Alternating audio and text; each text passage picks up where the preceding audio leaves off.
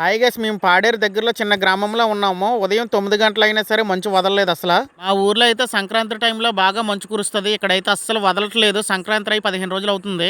ఈ ఏరియాలోనే ఉదయం 11 గంటల వరకు స్వెటర్లు వేసుకొని తిరగవలసిందే. పొరపాటున స్వెటర్లు కానీ జర్కిన్లు కానీ మర్చిపోయామంటే ఇంక నరకమే ఇక్కడ.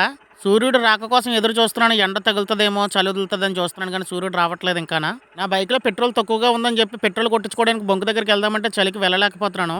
మంచు ఎక్కువగా ఉండడం వల్ల అస్సలు బైక్లు ఏమీ కనిపించట్లేదు ఈ రోడ్డు మీద. అలానే రోడ్డు ఖాళీగా ఉందని చెప్పి స్పీడ్కి వెళ్దామంటే అస్సలు కుదరదు.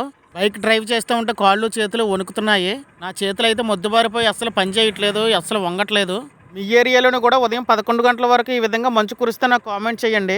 ఈ అల్లూరు సీతారామరాజు జిల్లాలో చాలా టూరిజం స్పాట్స్ ఉన్నాయి. లంబసింగి, మారేడుమల్లి, డియామాలిలో అయితే విపరీతమైన మంచు కురుస్తుంది, అస్సలు ఉండలేము. ఈ స్నో చూడడానికి అదర్ స్టేట్ నుంచి చాలా మంది టూరిస్టులు వస్తూ ఉంటారు.